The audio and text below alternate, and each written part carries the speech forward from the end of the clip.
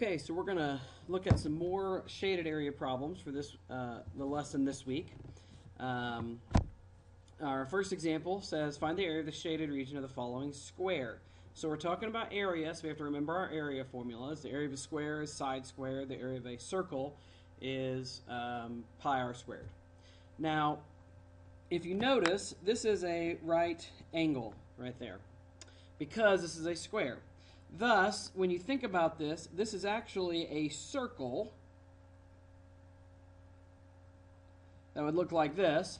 And because this is a right angle, you can very easily see all these would be right angles. So this represents 1/4 of a circle. So if I want to find the shaded region, I'm going to say, well, the area of the square is 64. It's side squared, 8 squared, 8 times 8. And I need to subtract away this non-shaded portion, which is 1/4 of a circle. So the area of the circle is going to be pi r squared, which would be 64 pi. But because it's 1/4 of a circle, we multiply by 1/4 or divide by 4, which is the same thing. 64 divided by 4 just turns out to equal 16 pi.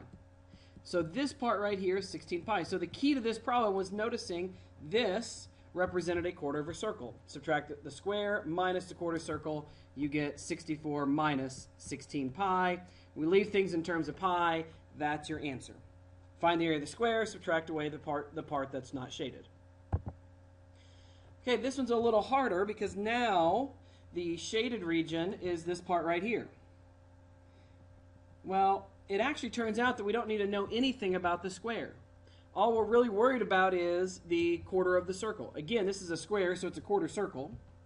We can very easily find out what the area of the entire quarter circle is. Right? That's just going to be 144 pi. 12 squared, pi r squared would be 12 squared pi, which is 144 pi. It's a quarter circle, so we're going to subtract 1/4. Or not subtract 1/4, multiply by 1/4.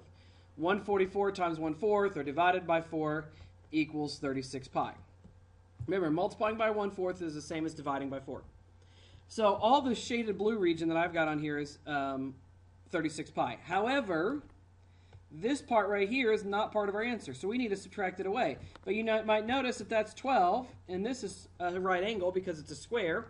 So the part we're subtracting away is just a triangle. A triangle is 1/2 base, which is 12, times height, which is 12, which equals 72.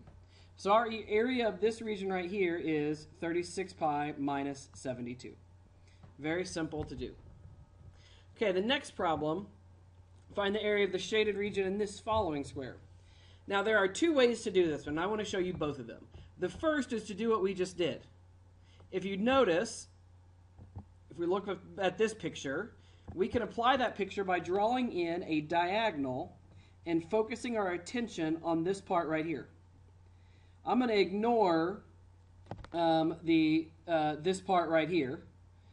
Okay, I'm just going to ignore it for now because if you notice, those two are congruent to I've now taken that shaded region, the football shaped region, and made it into two equal or congruent parts. So if I can find the area of this, I just have to multiply by 2. So doing the exact same thing I did on the last problem, area of the circle will be 36 pi. It's 1/4 of a circle, which equals 9 pi. Subtract away the triangle, so I'm talking about this triangle right here. And so that's going to give you 6 times 6 times 1/2, which is 18. So you end up with 9 pi minus 18 is this blue region I just shaded. There are two regions in our shaded area, so I just multiply this by 2, and I can very easily see that the answer is 18 pi minus 36. That's a very simple way to solve that problem. Break it into two parts that are very easy to find the area to. Another way to do it, and this is the way I actually learned it, is to consider, and I'll do my best to show you this, consider two